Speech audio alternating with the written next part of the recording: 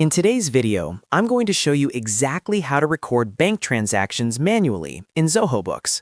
This is a really useful skill to know if your bank feed isn't connected, if you want to add historical transactions, or if you simply need to enter a transaction that didn't automatically sync with your bank. Manually recording transactions helps keep your books accurate and ensures your bank balance in Zoho Books matches your real bank statement. I'll walk you through the entire process step by step, so even if you're completely new to Zoho Books, you'll be able to follow along easily. And if you find this tutorial helpful at any point, make sure to hit the like button and subscribe to the channel for more simple and practical Zoho Books tutorials. Now, let's jump straight into the process. The first thing you want to do is open Zoho Books and look at the left sidebar menu. On that sidebar, find and click on the option called Banking.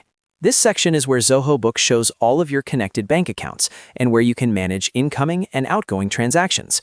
Once you click Banking, you'll see a list of your bank accounts that are already added to Zoho Books. These could be checking accounts, savings accounts, or even payment gateways, depending on how your organization is set up. This page is essentially the control center for tracking money moving in and out of your accounts. Next, select the specific bank account where the transaction actually occurred. For example, if the payment came from your main business checking account, you'll click on that account from the list. Zoho Books will then open the transaction page for that account. Here, you'll normally see imported transactions if your bank feed is connected, but even if it's empty, you can still manually add entries. Choosing the correct account is very important because it ensures the transaction affects the right bank balance in your accounting records. Once you are inside the correct bank account page, move your attention to the top right corner of the screen. Here you'll see a button called Add Transaction. Click on the Add Transaction drop-down button to begin entering a new manual bank entry. This option allows you to quickly record money that either came into the account or went out of the account. It's especially helpful when you want to keep your financial records updated without waiting for automatic imports.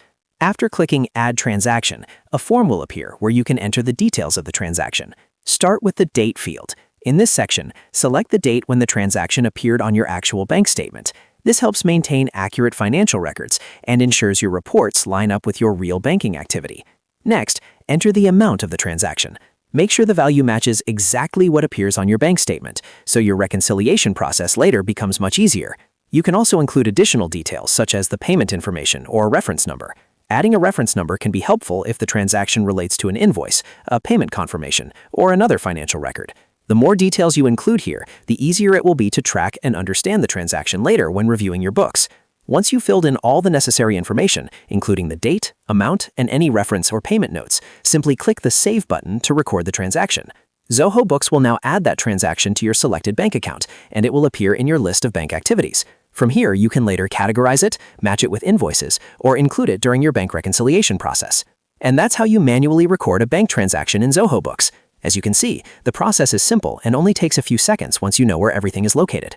If this video helped you, make sure to hit the like button and subscribe to the channel for more Zoho Books tutorials, accounting tips, and step-by-step software guides. Thanks for watching, and I'll see you in the next video.